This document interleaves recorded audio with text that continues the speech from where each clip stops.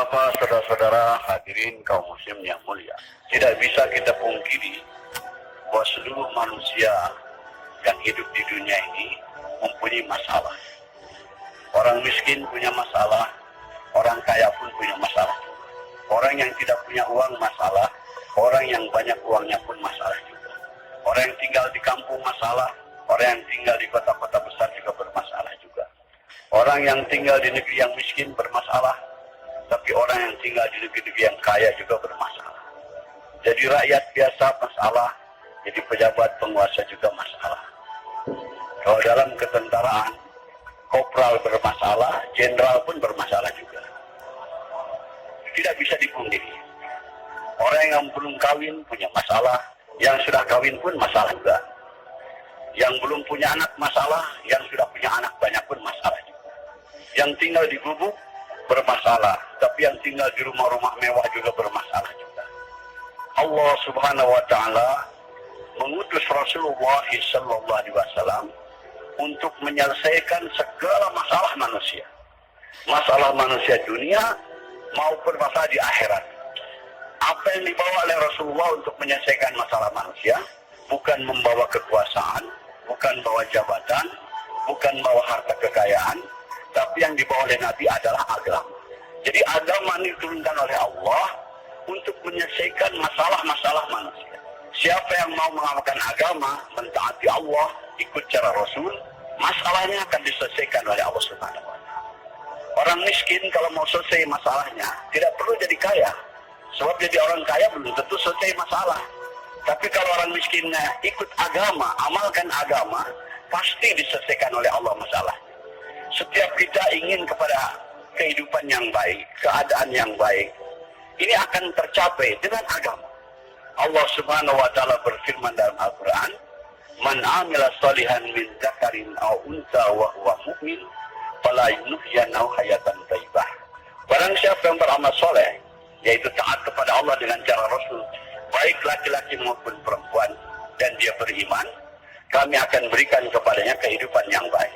Kehidupan yang baik akan datang kepada kita bukan dengan harta, bukan dengan kekayaan, bukan dengan kemewahan, tapi dengan agama.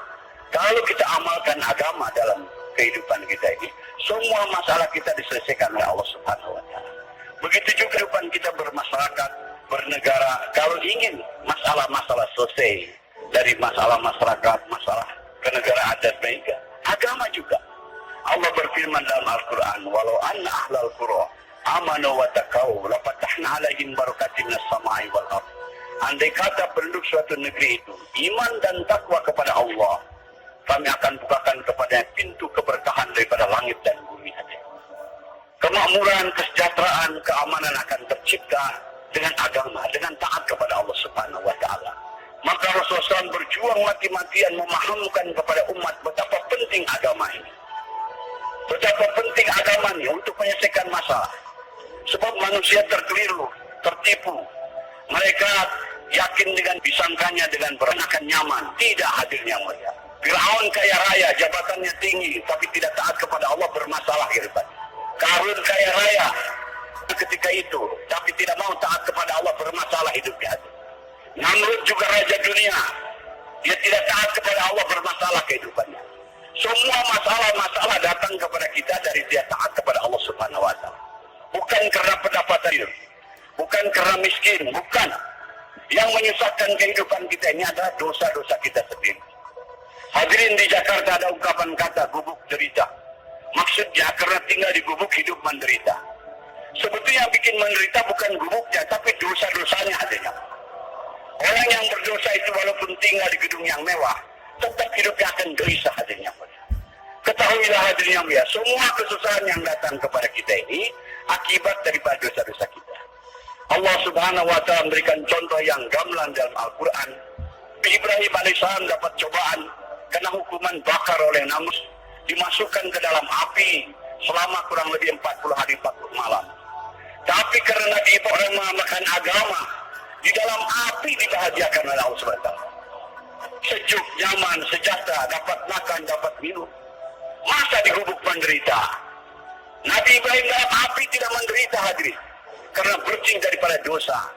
Andai kata hidup kita lulus taat kepada Allah, dalam gubuk pun akan dibahagiakan oleh Allah Subhanahu wa taala. Hadirin yang mulia, ini harus kita camkan, tanamkan ke dalam hati kita keyakinan dan beritahu dunia bahwa kebahagiaan bukan dalam kebenaran, bukan dalam kekuasaan, tapi dalam taat kepada Allah. Siapa yang tidak taat kepada Allah akan celaka hidupnya, dunianya apalagi akhiratnya. Kita bertanggung jawab atas perkara ini. Setelah Rasulullah SAW wafat, tidak akan ada lagi kedam Nabi ke dunia yang memberikan peringatan kepada manusia. Kita selaku umat Nabi Muhammad SAW beritahu kepada dunia supaya manusia diselamat. Hanya dengan ikut cara Rasulullah, kehidupan kita akan aman, akan tentram, akan sejahtera, akan bahagia. Maaf hadirin, hidup kita bukan akan bahagia dengan modern, dengan ikut barat janji Allah Subhanahu wa taala. Tapi kalau kita ikut cara Rasulullah, jangan keluar rumah, ada Shopee dari rumah, tetap aman. Allah, janji Allah ada di situ. Allah akan berikan kepada kita kesuksesan, kebahagiaan. Maka kita beritahu perkara itu. Hadirin yang mulia, Allah Subhanahu wa taala berfirman dalam hadis qudsi, "Ya ibadi, ana urid anta turid, wa la yaqulu illa ma urid." Wahai hambaku, aku punya keinginan, kamu pun punya keinginan, tapi akan berlaku keinginan aku, kata Allah, bukan keinginan kamu. Wa ilan salam tadi fi maurid, maka ifatuka fi maturid. Kalau kamu tunaikan keinginan-keinginan aku, maka aku akan tunaikan segala keinginan-keinginan. Tetapi kamu kalau tidak mau menunaikan keinginan aku akan susahkan engkau dalam menunaikan keinginan-keinginanmu. Dan yang akan berlaku adalah keinginan aku, kata Allah. Jadi hadir metode, teknik, supaya keinginan-keinginan kita tercapai. Kita ingin bahagia, ingin sejahtera, ingin aman, ingin tentram. Caranya adalah tunaikan keinginan Allah. Tunaikan keinginan Allah. Kalau kita tunaikan keinginan Allah, segala keinginan-keinginan kita akan ditunaikan oleh Allah Subhanahu wa taala. Allah Subhanahu wa taala pencipta kita, pencipta alam semesta semuanya. Dia yang berkuasa hadirin. Allah berkuasa membahagiakan hambanya walaupun dalam gubuk. Allah berkuasa membahagiakan hambanya walaupun dalam kemiskinan. Allah berkuasa juga menyusahkan hambanya walaupun dalam istana. Allah berkuasa menyusahkan hambanya walaupun di tengah kekayaan, kaya raya. Hadirin, hanya dengan jalan taat kepada Allah. Apa keinginan Allah tadi hadirin? Allah tidak minta diberi makan, diberi minum. Allah ingin supaya agamanya diamalkan.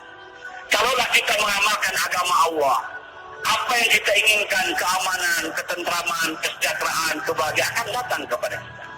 Ini janji Allah Subhanahu wa taala. Jadi caranya adalah bukan dengan kemewahan, adalah caranya tunaikan keinginan Allah, yaitu agama. Hari ini orang ingin bahagia, agama ditinggalkan. Tambah jauh, tambah sesat.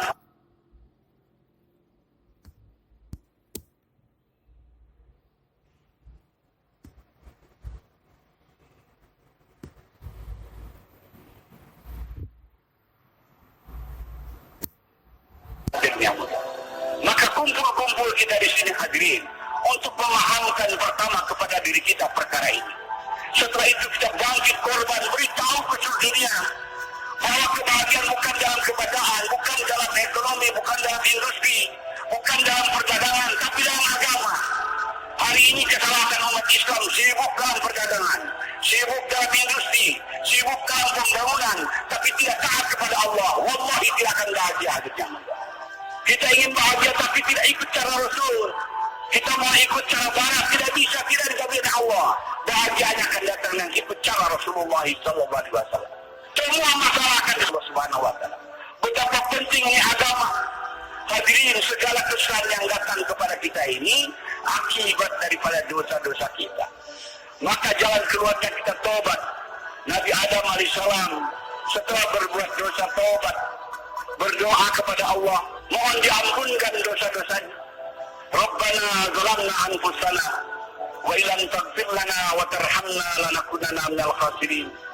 Ya Allah, ampunilah dosa-dosa. Kami telah menzalimi kami sendiri, telah menzalimi diri sendiri. Kalau tidak Engkau ampunkan, aku termasuk orang yang binasa, yang rugi. Nabi Yunus berbuat kesalahan, ditelan oleh ikan, berdoa, la ilaha illa anta subhanaka inni kuntu minadh dhalimin. Tidak ada Tuhan yang berhak bisa melainkan Engkau ya Allah. Engkau yang maha suci. Aku telah menjalimi diriku sendiri. Begitu kalau ada orang sini punya masalah, hadirin datang kepada ulama, ingin supaya masalahnya selesai, biasanya ulama memberikan zikir. Zikir Nabi Yunus, la ilaha illa anta subhanaka inni kuntu minaz zalimin. Baca sekian ratus. Karena kesusahan-kesusahan yang datang kepada kita ini akibat daripada dosa-dosa kita.